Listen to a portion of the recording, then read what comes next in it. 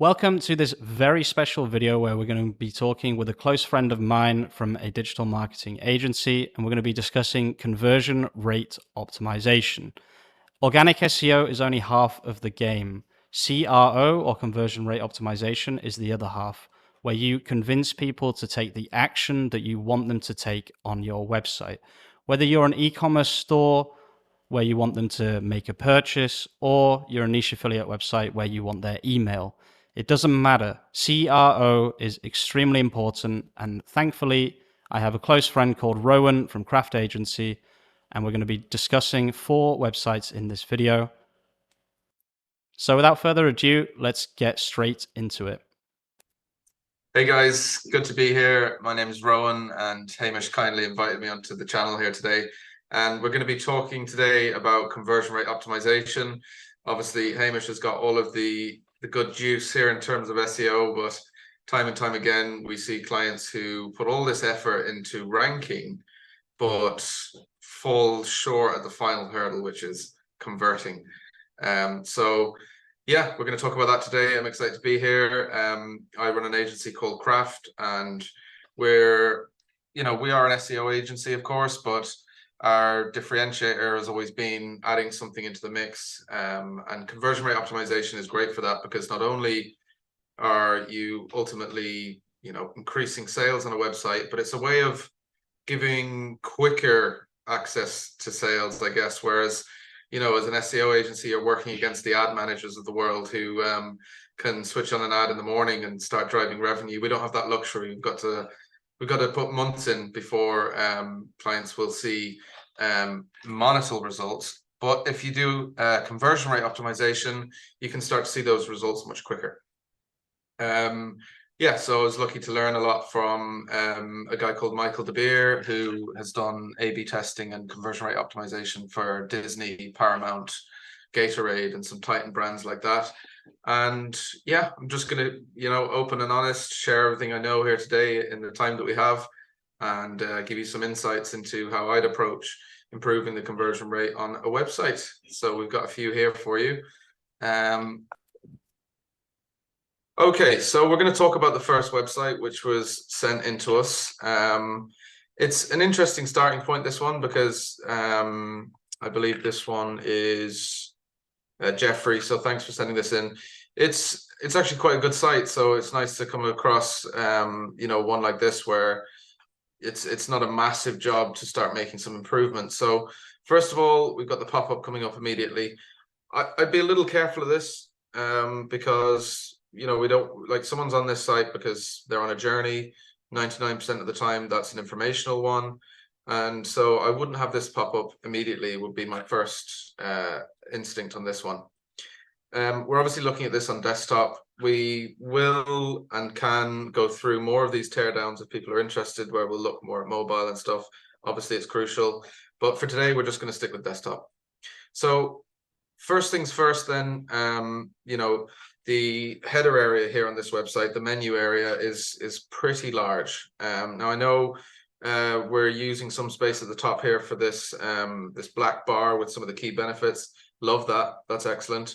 But in the context of the real estate here of this first screen, this menu is very tall. I would possibly make this full width and put the logo on the left, and then bring the the menu items themselves in line with the logo and make them bigger.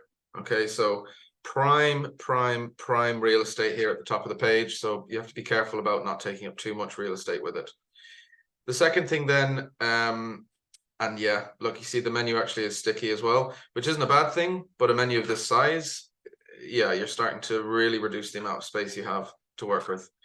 Now this next piece here, I like full width headers. It's cool, but would you agree, Hamish, like, it's kind of hard to read this headline here? Yeah, you absolutely cannot read it.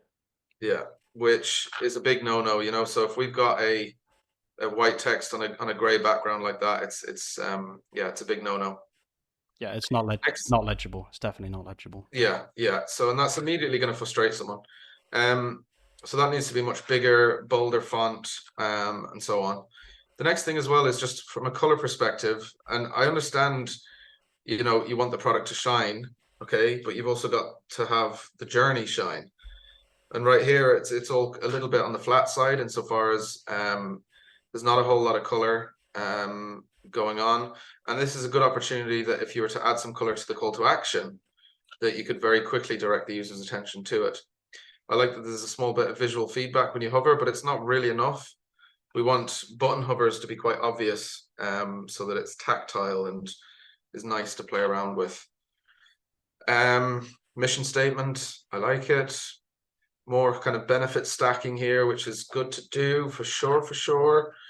Okay, then we've got categories, which is good to see, but they're again a little bit flat. You know, we might want some little icons overlaying these saying, you know, limited edition or while stocks last, or insert X demographic here loves these, or something along those lines to make these a little bit more jazzy and more you know, more like the user is going to want to interact with them.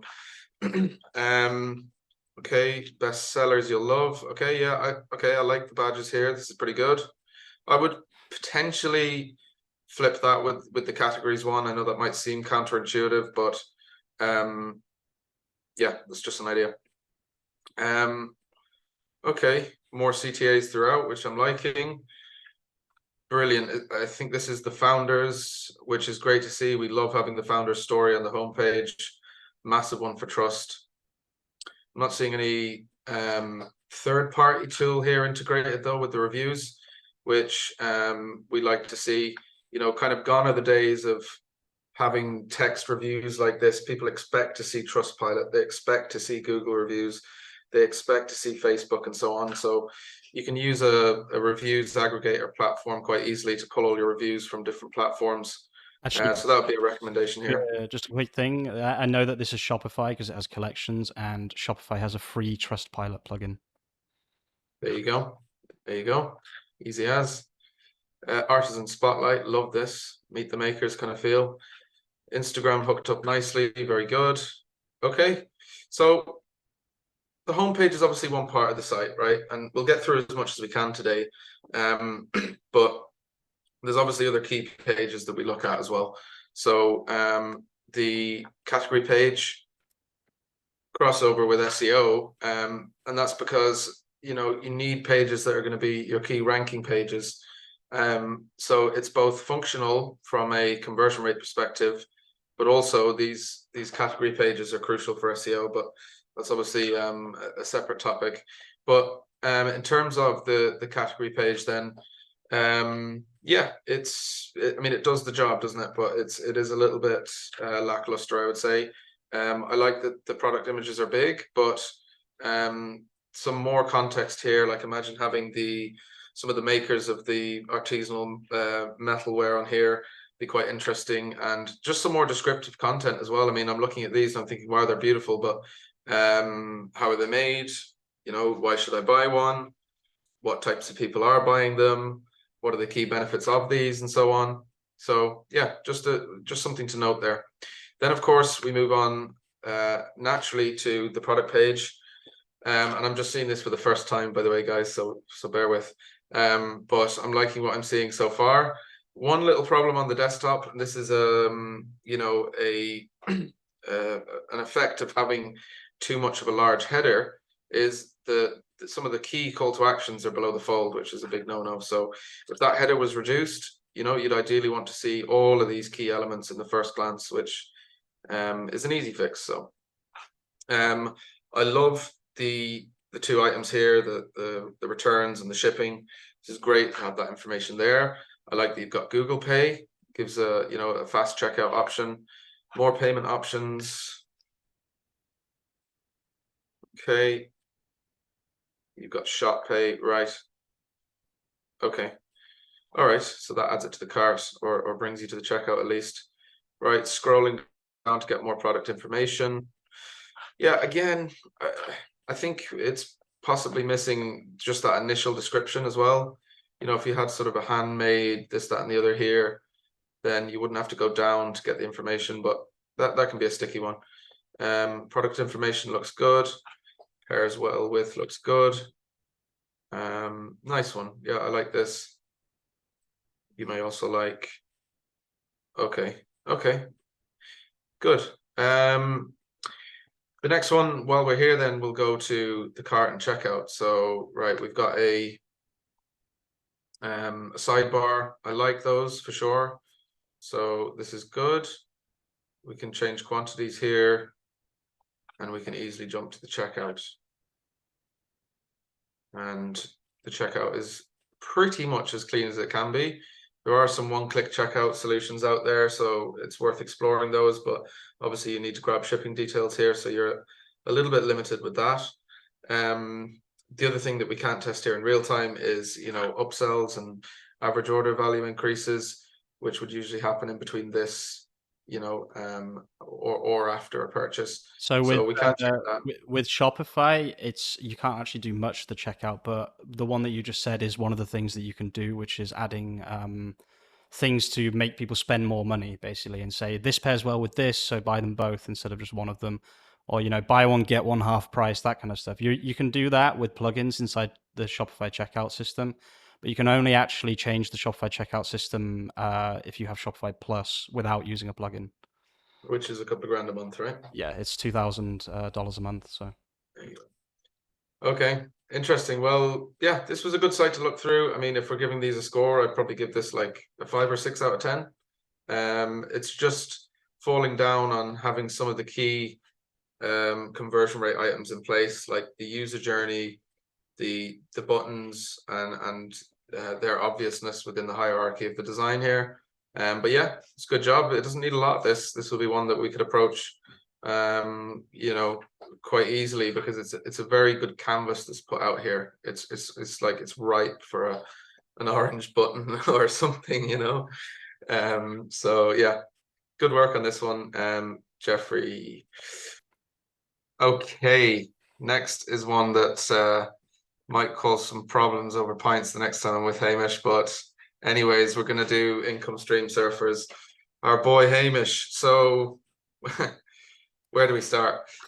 Sorry, Hamish. it's okay. Tear it apart. Okay, with one like this, it's if someone came to us and said, how do we do conversion rate on this one? It's actually a totally different approach to the way you would approach the last example, because this one you can tell is put together in a way that's congruent and has a pretty clear objective.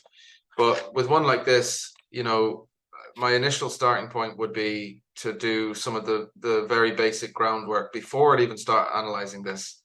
So you're probably all familiar with GT metrics, and this is a good practice anyway, and this is part of our 300-point checklist that we carry out. But checking the site for speed, checking how it's set up technically, because I'm not saying this is you, Hamish, but if I was looking at a website like this in the first place, this is a pretty immediate sign that there's some underlying issues, which can be good to address before you even go down the route of trying to add to it, because it may just need scrapping altogether and building from the ground up. For sure. For sure. Okay, so while that's analyzing, yeah. Well, I may as well just say what the point of the website is. I am trying to get consult clients. I don't push it massively because I'm not really that bothered about it. But the idea behind the website is to bring in traffic, but mainly to get people into consult calls. So maybe you can help me with the optimization of that.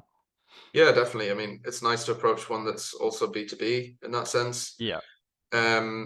So, well, let's try this exercise. What would you say, Hamish, is missing from the first part of this? If you're trying to get a consult client, they don't know that I'm trying to get a consult client. There's nothing. Well, yeah, that's definitely a good one for sure. But also, there's no way of actually on the top fold initiating contact. Yeah. Yeah. So yeah, there's connect with buried up here. That's not really. Yeah, you would need a microscope. That's about 0.5% of the page is that. So yeah, like what I would probably do, I like the way you have an image here. You need some kind of statement, and I'll just use this example. But so this is our site. You need some kind of statement that's like a reason to stick around. And then if you're going to use the likes of an image, I think adding some simple graphics or illustrations to it is a great way of just adding massive value immediately. Like this just feels a bit more, upmarket and a bit more, trustworthy. You can even use trust badges, which is cool. So, I mean, for you, Hamish, to put something like your YouTube successes and stuff like that in here, and then a clear button, clear call to action. Yeah, which there is. Sorry, there is no call to action at the top of mine. Yeah, it is lacking that to a certain extent. And then, like I say, if you're coming across a site like this, I would do some of the initial checks first, some of the groundwork stuff. So, this is kind of an indicator of the way the site was put together, of course. Fully load time of 5.2 seconds. This isn't the worst we've seen. Myself and Hamish were analyzing a site recently that was like 47 seconds. So, I mean, this isn't bad, but doing some of these checks before you even go into your CRO analysis is always worthwhile. Mm-hmm. And then, honestly, with a client like this is where conversion rate optimization gets really interesting, because on one side of the camp, you've got, hundreds of optimizations that you can do to an existing website in order to increase its conversion rate. And not so much with a site like this, but with a complex e-commerce site that can take several months to test, build, deploy, analyze, and so on. And so sometimes, and I would probably be making this recommendation if Hamish came to me, it would be to completely redo the site. To be totally honest, I wouldn't necessarily even try and go and cobble something together on top of this. You can see it's WordPress using Elementor, so it would be quite easy to put up a new design. I mean, if it was a high-end client, you'd probably go down the road of maybe putting together some bespoke UI for it, something that's really focused around the lead gen stuff. Like this example, which I'll show you in a second. If it wasn't such a high-end client and say they didn't have the budget, I would maybe suggest something like Divi, because it's just you can do a lot more with Divi than you can with Elementor if the budget is small. And a lot of the templates here will have some of the call to actions needed pre-built. But yeah, let's just look at an example of a B2B site here that we carefully designed. Absolutely beautiful, yeah. Yeah, this one we had a lot of fun with. This is for a renewable energy company. And again, you see, like I showed you on the craft site, the power of just having like an anchor illustration, an anchor image, and some kind of stats and stuff. Yeah, key benefit, and then also the CTA. I can see it.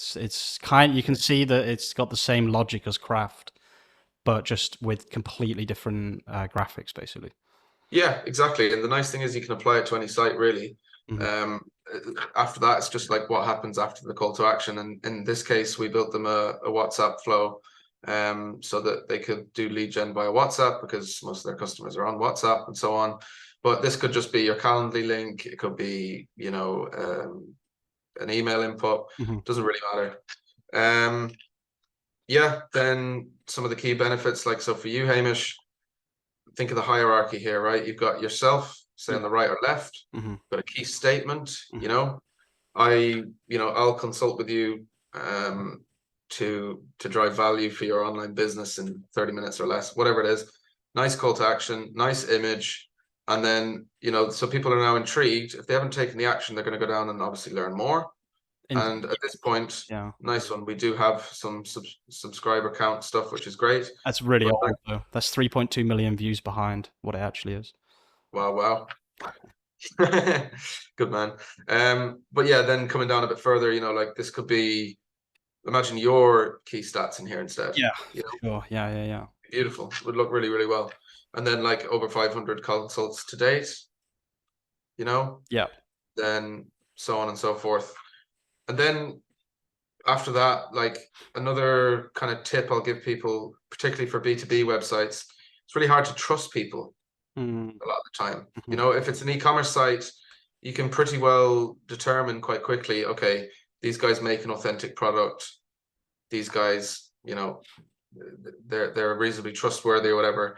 But when you're on like an agency website or a consultant's website, you know, a lot of the time it's really hard to find the trust within it all. Mm-hmm. When you've got all these online programs and scammers and all sorts. I think that's probably why people follow you, Hamish. But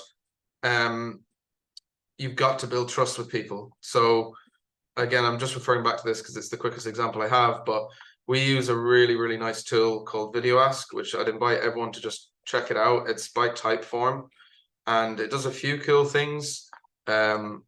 So one of the things you can do is you can request responses in video format. So every time we do a job with a client, we'll send a Video Ask link, and it's just me introing and saying, would you mind giving us some feedback? And they send a video.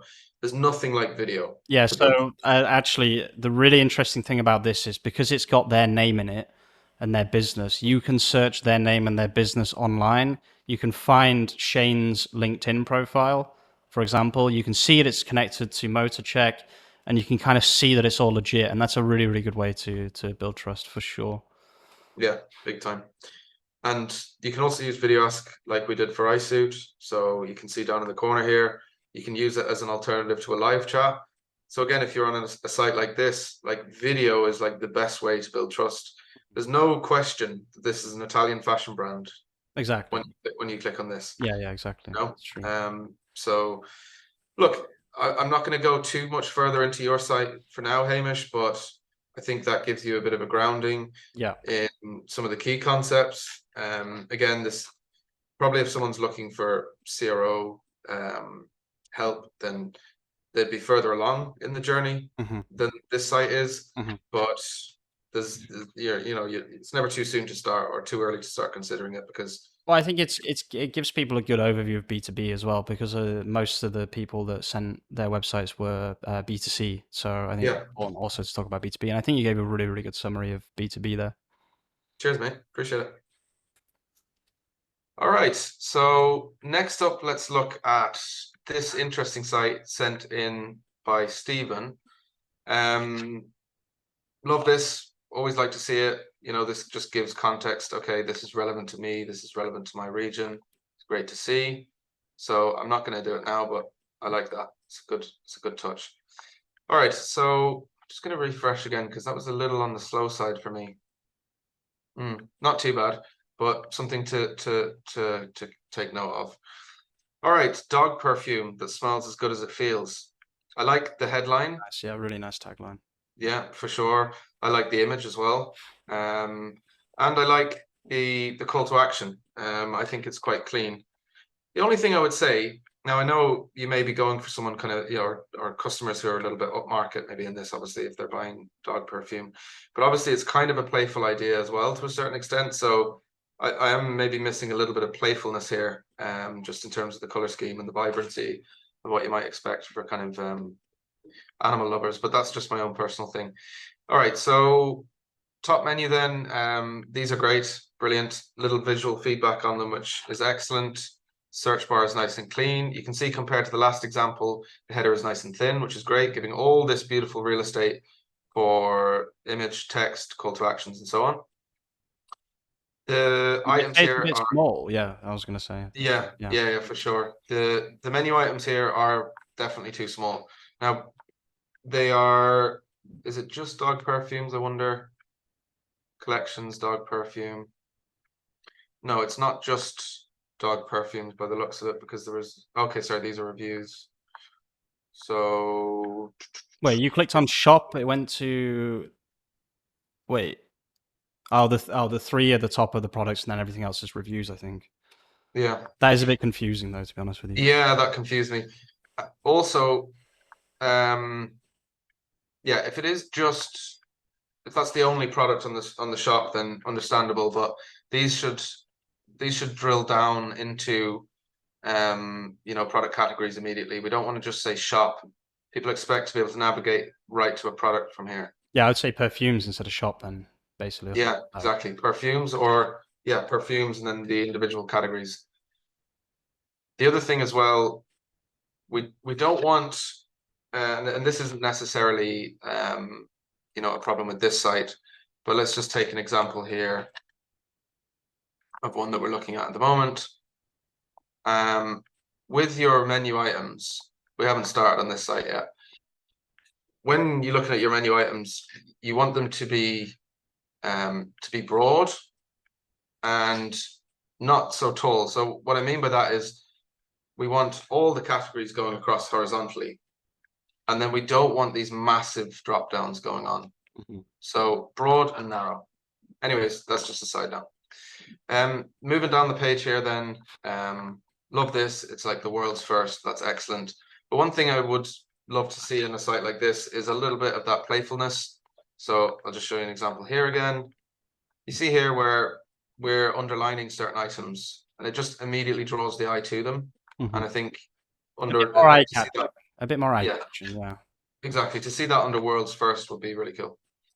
Then we've got these. Love the interactions on hover there. That's excellent. Love the fact that you've got reviews.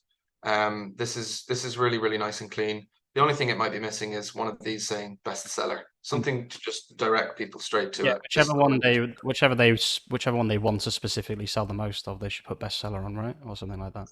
Exactly. Yeah. Oh, beautiful, really nice. Yeah, really clean, really nice, really high end as well, which is interesting. When I originally saw what the brand was, I was thinking a lot more playfulness, but it does work. Okay, so homepage overall is quite strong. I think a little bit of vibrancy, a little bit of color would go a long way in improving that.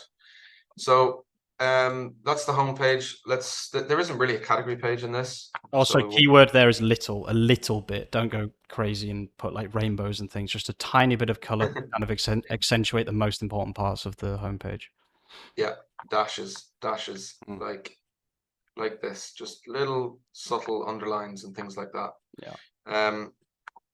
So there isn't really a category page here as far as I can tell. Which is fine. It is fine. Yeah, it's completely fine. It's with a product like this, it's fine. Yeah, exactly. I think this page is a bit confusing though. If you scroll down, it's. Yeah, agreed. I mean, I went navigating here immediately, and I would put a big black line or something between the. I don't know exactly. I'm not a CRO expert, but I would put a big black line or something to separate them. Yeah, I would maybe center this and say something like, the world's first dog perfume, yours for X amount, maybe with a little discount or something, yours for $59.99 and 75 crossed out. And then after these beautiful 3 tiles that you have here, do the same again, but for the reviews. So, yeah, something needs to separate them here because it's kind of confusing for sure. Here from our X amount of customers, hear from 100+ dog user or dog owners like you. So yeah, that's the feedback on that page. Let's dive into the product page real quick. Lovely, really nice, guys. This kind of stuff is gold. This is like, yeah, love this. When you're on a site at this point, you're looking for reasons not to buy. You've got to give all the reasons to buy. So installments. I don't even have a dog, and I want to buy this now. Installments, reviews, sizes, quantities, all laid out really, really nicely. Really like this. So nice job there. I don't when you change the quantity, then I don't think the price changed. Is that normal? Is that fine? Yes and no. I mean, that's the Amazon way of doing things, but most websites wouldn't have that built in as standard, and it would usually give that to you in the checkout instead. So it's calculated it there. It's not a massive problem. It can be a tricky one with Shopify. Yeah, so probably I don't even know if that's possible, but yeah. Everything's possible. It's just it's just all about what's worth doing. Like we have this 300-point checklist. Some you don't really need to worry about. Some are like ridiculously urgent. So yeah, it's all about choosing. The photos are really good as well. That last photo there is really good. Google will be picking that up as well for sure. Yeah, it's beautiful. Really nicely put together, this, guys. More reviews, social proof, great to see on the product page. Yeah, social is great there, beautiful. Yeah, it looks really well. It's not so important on this site, but oftentimes when we're on a shop page, we would like to see sticky navigation as well, because if someone's on category A, you want them to be able to jump to to category B as well. So wait, quick question, because on the first website we did, you talked about having a third-party review system, but if you have social proof like that, is that not necessary? I wouldn't necessarily say so, but what I still am missing here, and this is why we confused it with products initially, is yeah, sure, it says verified, but what you're really looking for is platforms, the big platforms, the big review But platforms, the if big they take players. a photo, would you say so? Because if there's someone taking a photo of, I guess you could fake that, right? So Yes and no. Like the photos are good, but it still isn't quite so obvious that these are actual yeah, reviews. because they could just write verified, right? I could just write verified. It's not really. I see what you mean. Yeah. Yeah. Now the photos are great. Like, yeah, I mean you can't actually deny the photos. But some distinction or something more obvious that these are reviews. I think if you were to just repeat the title that we talked about on the previous page, Mhm. then it's probably job done. Just be careful about where you put them. Yeah, so overall, really like this. The cart is going to be largely similar because it's Yeah, it's it's a Shopify. Shopify. Yeah. Um, What would you give so this no out need. What would you give this out of 10? I would probably give this a 7 out of 10. I would say. Again, it's just about clearing up some of the information, clearing up the call to actions, making the distinction between what's reviews and what's not. Make this menu more tangible, more interactable, because at the moment it's a little bit flat. It doesn't feel like a thriving product at the moment. And then, yeah, I just think a little bit of a dash of color, a dash of a badge here and there, a little, if you've got all these reviews, put it on the front, you Yeah, know. true. So that kind of wraps that up. That was a lot of fun. We'll see what the response is to this. I'm happy to do some more teardown videos with people if they want to send websites in. Okay, so And if people are feeling brave, feel free to send in the website. We'll leave an email address in the description if people are interested in having a teardown. We can do more of these. So, anything else to say? not much. Also, just to mention, we are offering some consultations for a very short time. We're going to just trial like a week and do a couple of hours each evening 15 because we minutes each, I think, right? yeah, 15 minutes each, because we do both have day jobs, but we're going to just switch on a calendar for a week or so, right, Hamish, and just Yeah. So, have conversations. what I would say is if people are willing to watch a video for this long, then they're obviously serious about their business. So, we're speaking directly to those people. We're going to leave a Calendly link. It's going to be a week, probably 3 or 4 hours a day. I'm not exactly sure yet because that is quite a lot, but feel free to book a session. It's completely free. And we can talk about, your website, etc., with me and Rowan. And yeah, so if you're interested, there'll be a Calendly link in the description of this video as well. Good stuff. Okay, Thanks for having me on, Hamish. no worries. I have to do my sign off though. Thanks everyone for watching, and I'll see you soon with some more content. Peace out.